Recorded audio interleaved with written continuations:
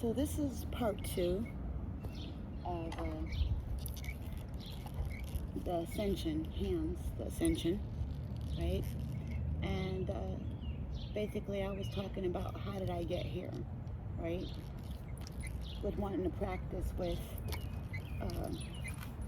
a pair of machetes. That's what I wanted to discuss with you. So, this is Regina's Rabbit Hole, Silent Buddha Medicine. Much love to you and yours. How did I get here? I believe that each part of the body kind of has a mind of its own, like a lesser will, a desire, if you might look at it that way, to achieve certain things. And just like the heart gravitates towards certain passions, right? The things that we love. The things that we love, the things that we desire. Our hands reach for it. You know what I'm saying? It's like a contract. Done deal, signed. As soon as we go and reach for that thing and we start partaking in the things of our hearts, the things that we thought about, that we let fester or manifest in our hearts. You know, the desires of our minds manifest through our hands. Okay, we grab for those things, we look for those things, we seek them out. And so our stomach does the same thing. It'll seek out what we want. And so our intention is vital, you know. That's the pathway to the heart, to clean anything, even the things in the mind that aren't correct. I find that if I fix my intention and I line it up with my heart space, my hands don't pick up so much foolishness. So even during this ascension process, I noticed that my hands had a whole nother level of evolving that they were doing. And these hands used to do some crucial stuff. These hands used to scream out, "Stop!" For real. You know, there's no dark place that the Most High can't take you, bring you out of, if you're looking for truth and you're willing to accept it, not just looking for it. Yeah, you know.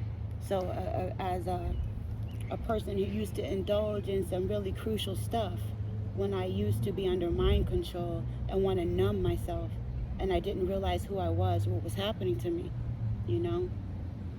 And my hands used to reach out for those things, and I used to do things with my hands, and I knew that it was counterproductive. I knew that these things were gonna darken my heart. They didn't make me feel happy, you know what I'm saying, about myself. I knew they weren't bringing me to a place in the future that I wanted to be in, but I kept picking up those things. That's a travesty. You start to distrust your own self, your own hands, your own body. So that's why when you start getting real with yourself and you begin to trust yourself during this ascension, trusting yourself more than anybody else is vital. Listening to that inner voice and knowing when you're BSing yourself or not is so vitally important. So like I was saying, there's times that my hands actually went through pain. There's times that I was hesitant about the things that I was reaching out for, even when they were good for me, because it was unusual. Do you know that as a behavioral modification, repetition is what changes a behavior? So it's like if you do something for 30 days, you're more likely to develop a behavior. And the longer you do that behavior, the more likely you are to develop better habits and things like that, or worse ones, for better or worse. It works like that. So the more you indulge in whatever, the more likely you are to develop those behaviors.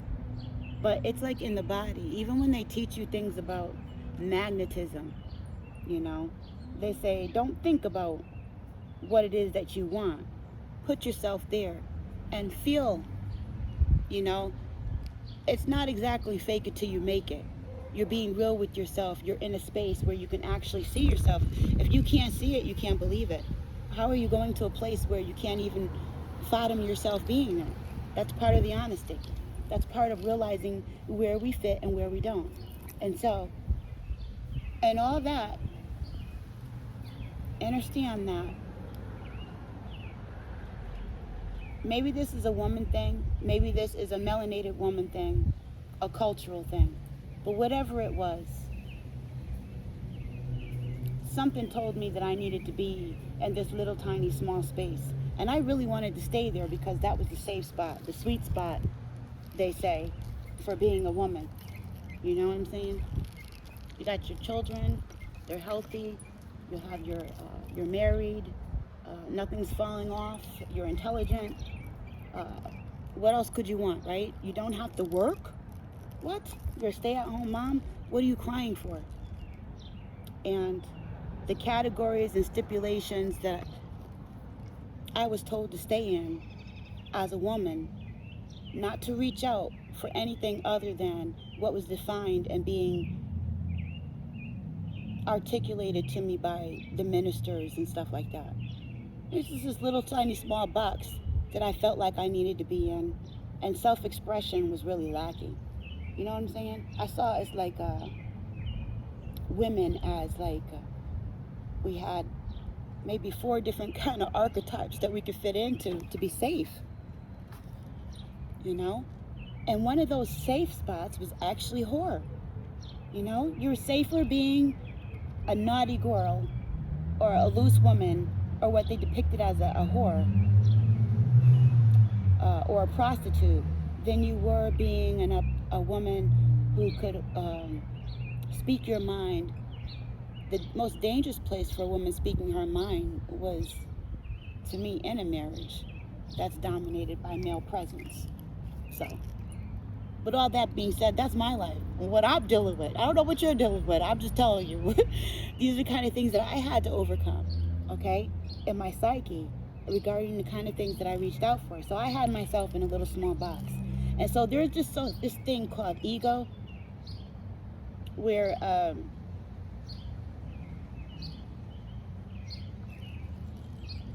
in a counterproductive way where you are over the top, you know, you're too much, you think you're too much, okay? Not a healthy ego. I'm talking about an irrational ego. And then the inversion of that, which I had to learn, was low self-esteem. Yeah, low self-esteem. Yeah, so I thought I was wiggling out of the thing because I didn't have a big ego, when I was actually inverted in the area of low self-esteem, which is lack of accountability. So I had to figure out why. Do you know that according to universal law, a direct alchemical response to lack of liberation is addiction? Yeah, I know, right? A scientific or I would say gnostic or a spiritual explanation using universal laws. You know what I'm saying? So another explanation. Yeah. So when it came to magnetism and desiring certain things and seeing me in a certain place, or what I could have and what I couldn't have as self, as a woman in this matrix, as this in this holographic universe, I have to first overcome that, right? So that's part of how I got here, was reaching out for things that I felt were going to be beneficial to my own self-development. So in my meditations, doing Kundalini yoga and stuff like that over the years and studying, you get this, are you there yet? Or you just can get so overwhelmed with all the different things that we're studying and learning about society. You know? Where does it all end? It doesn't, right? It doesn't. So, and all the things that I was reaching out for in my research, one of the things that I really like about studying with the resistance years ago was we always looked for practical we always looked for not only practical application.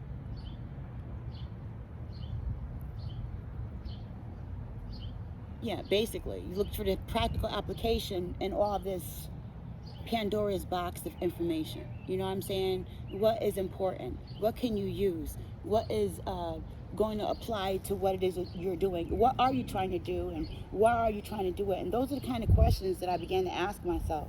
You know, like we had different groups like Spiritual Police, you know.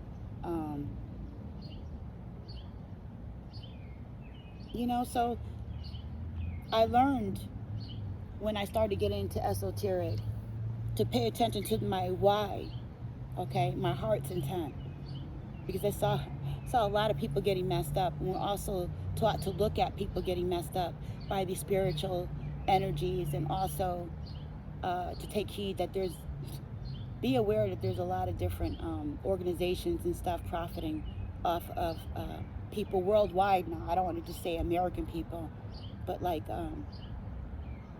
that's a whole nother subject. I'm not going there right now. I'm not reaching for that right now. All I wanted to say is that in all the reaching for information to know, why am I picking up certain things, and why do I need these tools?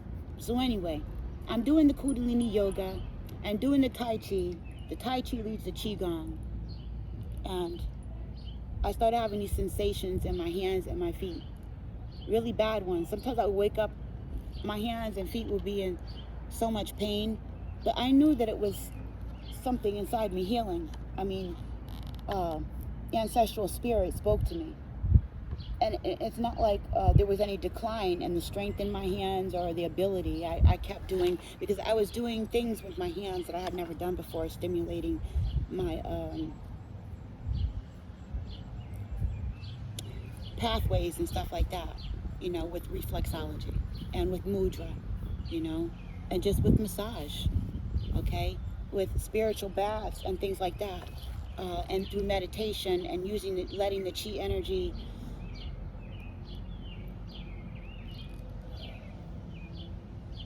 flow through my body, and learning how to start to slow it down and reflect on what I was doing was vital to me picking up things. But in doing that, I found that my hands hurt a lot. So I started doing things like these medicine spears, as I mentioned last time. And you know those squeezy balls for pressure? Stress balls, yes, stress balls and medicine balls. And then the stick, I noticed that my hand felt really good when I gripped my pole. You know what I'm saying? The feeling. I needed the pressure, you know, not just in between the fingers, but it just made sense, like my body's response. It was like I wanted to grip something, but what? So I crocheted and I made earrings and jewelry and all kinds of stuff. Okay? So all that energy I placed into this, and at that moment, all I could do was trust that I was in a space that I needed to be in, and that my intent was going to keep me on the right road in this journey and not get messed up. You know what I'm saying? By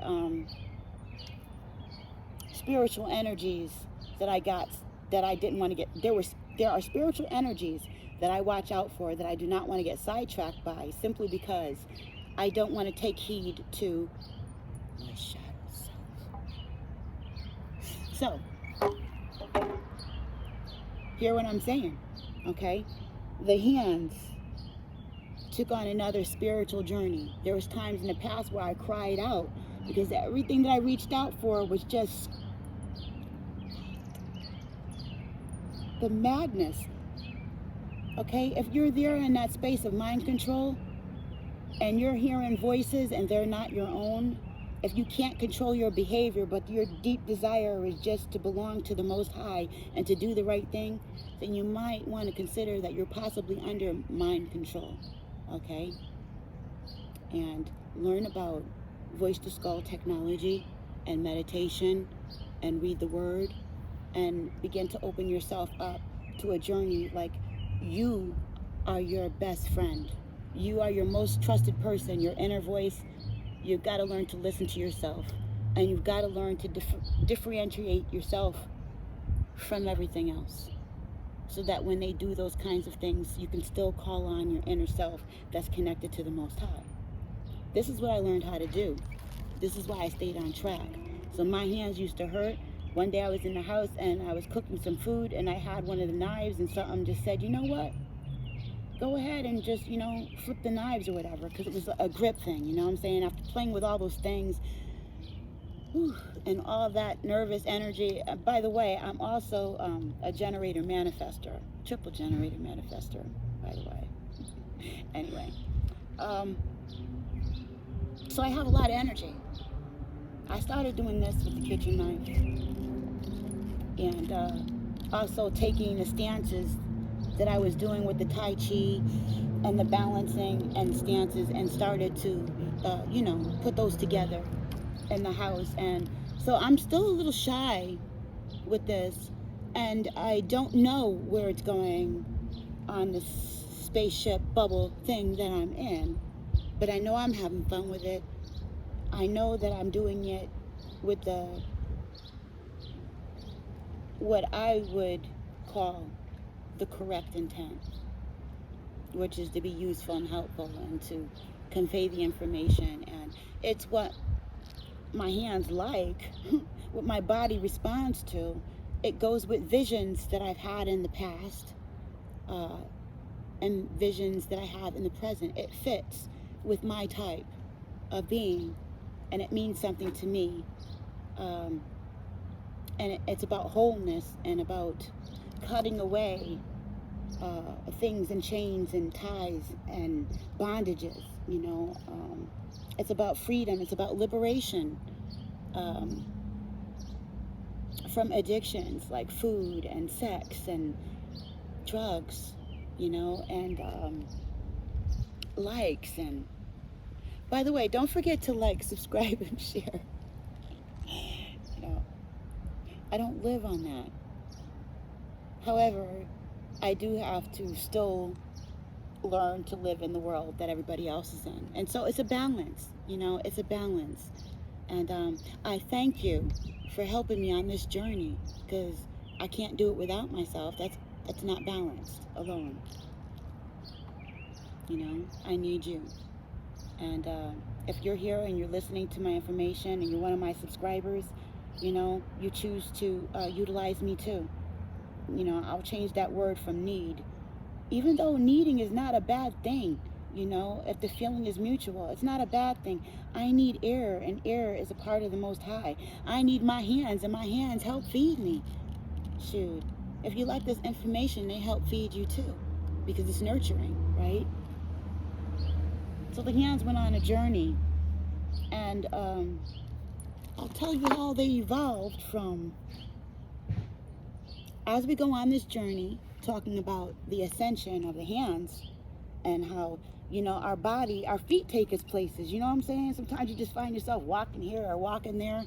You ever do that? And just gaining control of my own consciousness and my own reasons why, and paying attention to why my hands or why my feet feels that way, why my gut feels this way, why does my skin feel a certain way, why does it feel good, why does it feel like it's crawling, why does it feel like something irrational or amiss is within my spiritual aura, or my sacred space, or my energy. How far away is it from me? Am I surmising? Is it in the present, or is it a message from, I'm getting far away from you, aren't I? I caught myself. See, that's the difference between Aquariuses are like that. Forgive me. We're not there yet, but okay, this is Siren Buddha Medicine. Regina's Rabbit Hole. That's why it's Regina's Rabbit Hole, because there's so many different pathways. But I do work on making sure that these pathways are not dead ends, that there's practical application. There's a meaning, there's meaning to the madness. You know what I'm saying? Be careful about what we put under our cap, What's under your cap? You know what I'm saying? Does all this stuff have your wig turned?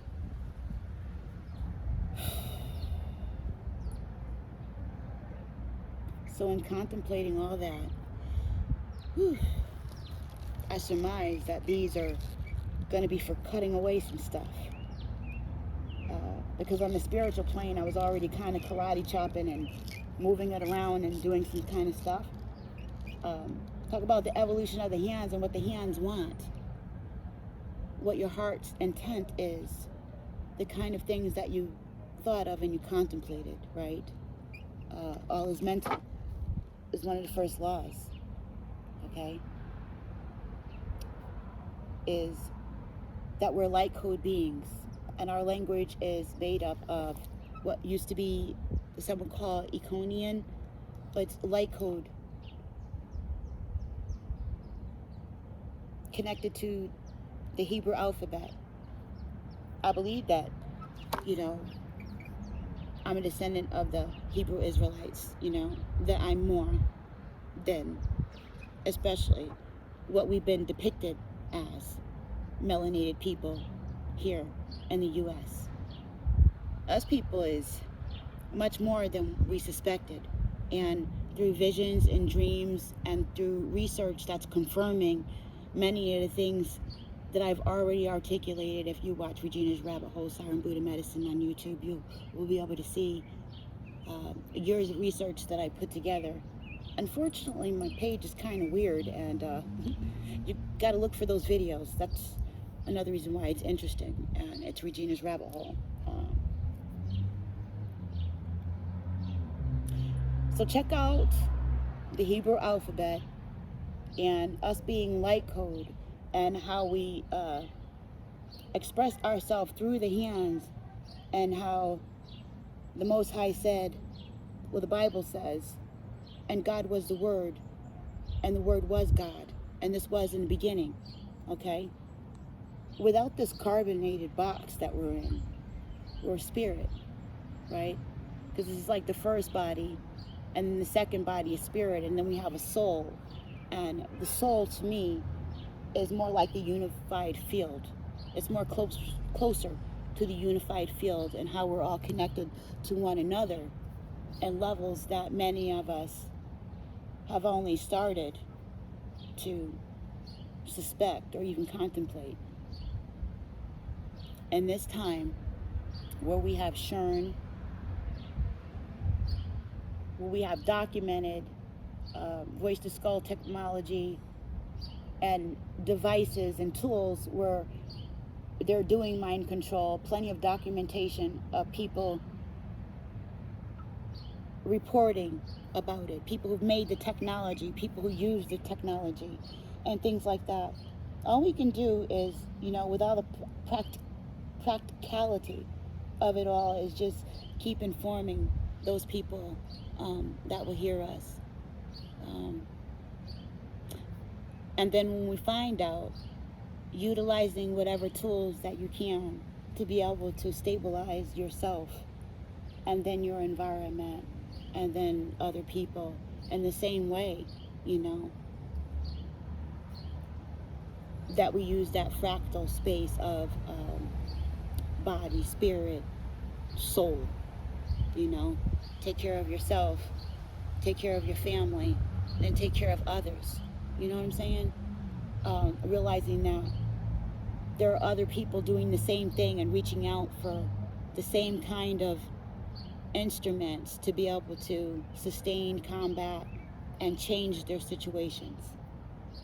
With that being said,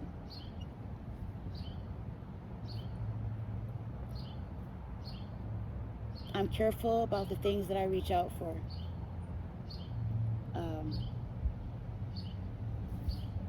This is a part of life's journey. Service is a part of life's journey. Protection is a part of life's journey. Love is a part of life's journey. Birth is a part of life's journey. And I can't do any of it without fire, water, air, and ether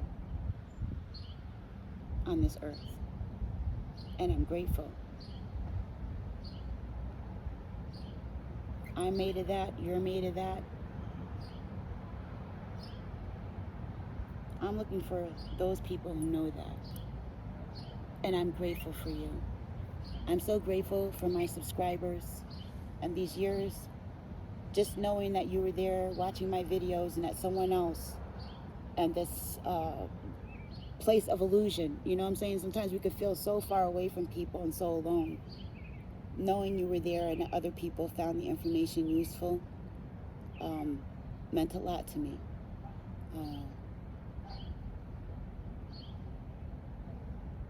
Knowing that you're on this journey going through this as well means a lot to me. Yeah. There's people out there being the next best person that they possibly can. What? You are boss. I love you. I love you. I love you. I love you. You are the people that listen to hours and hours and hours of research and footage just to get it right. You cry, you laugh, you do what you can, you learn, you fall, you pick yourself up, and you may even feel alone or have a whole house full of people and a following and all those kinds of things.